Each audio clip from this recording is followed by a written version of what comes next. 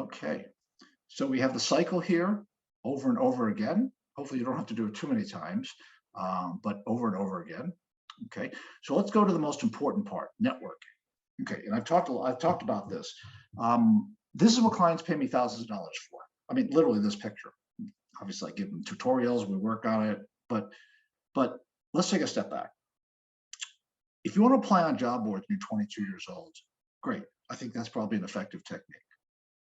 If you're more than 26 and want to apply on job boards, that's okay, but you're going to get the less attractive jobs. Okay. So if you're over 26 years of age and you don't have a friend in the company, or if job boards aren't going to work for you, then try the recruiters. Okay. So 22, you don't need the recruiters, use the job boards. 26, you start to get into networking, you start to get into recruiters. If you're 30 and if you're 30 plus and you want to get a good job, it's not going to be with the job boards. I personally hate job boards. Number one, you're being used. Number two, people just are neurotic about changing their resume around. I mean, I can't tell you how many people I know, they check the job description, they scan it for the keywords, they put their keywords into the resume, then they submit that on a job board. Well, here's the problem with that.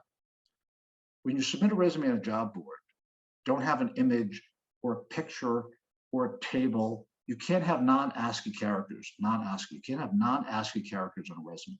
So if your resume is not properly formatted, when it goes through the HR system and the bots, it's never going to get to a human. So you want to apply online? Okay, make sure your resume actually has the right format or doesn't have the wrong format. It's more doesn't have the wrong format. Okay, so half the jobs don't exist because they've already been promised to somebody else. HR bots are going to kick you out if you have the wrong format. You have to have the keywords. In theory, you should scrape. In theory, you actually should scrape the job description to make sure those keywords are on your resume.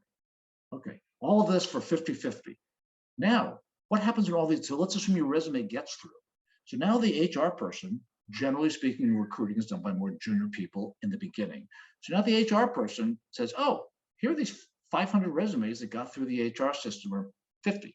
There's 50 resumes got through the HR system. What does a junior HR person do? Generally speaking, they just take the first 5 that are on their desk, the first 5 names.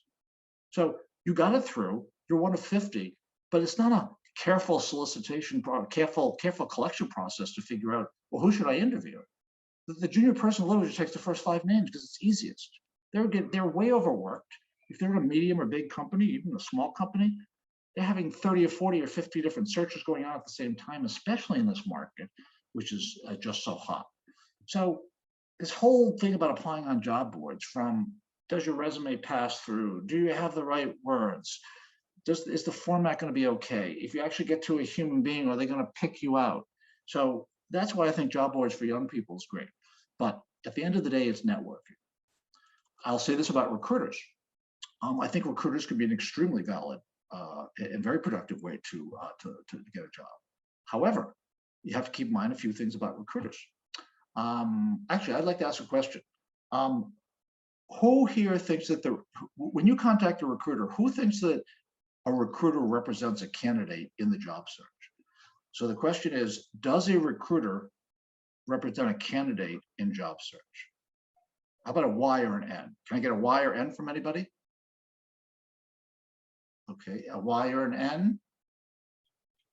Ah, okay, we got some N's, we got some N's. Come on, I need some more, else I'm going to go back to the stories about my ex-wives. They don't want you to tell me stories about them. I don't really want to tell stories about them. How about some more? Okay, we got some. No more ex-wives stories. Okay, a recruiter is paid by a company to find you.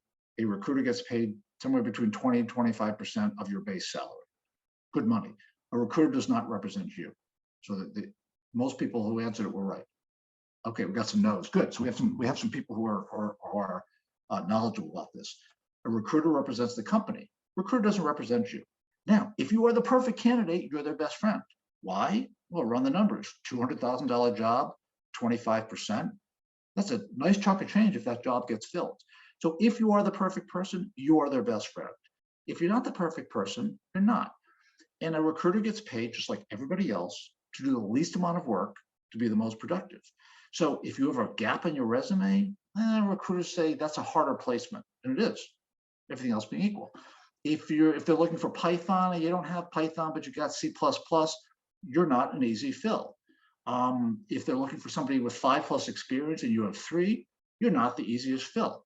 Now, you may be the best qualified person for the job, but that doesn't matter. The recruiter is looking for the exact right person they're trying to find. And if you're that person, perfect. I think it's absolutely fantastic. But since you never know whether you're going to be that right person, and since a recruiter generally likes to speak with you because whether they have a job fill or not, they want to get you into their database. So the funny thing about recruiters is they want to get you into the database. They'll give you a call, but you won't hear back from them unless you're the perfect person for the job. So I think recruiters are great. Many of my clients get jobs through recruiters.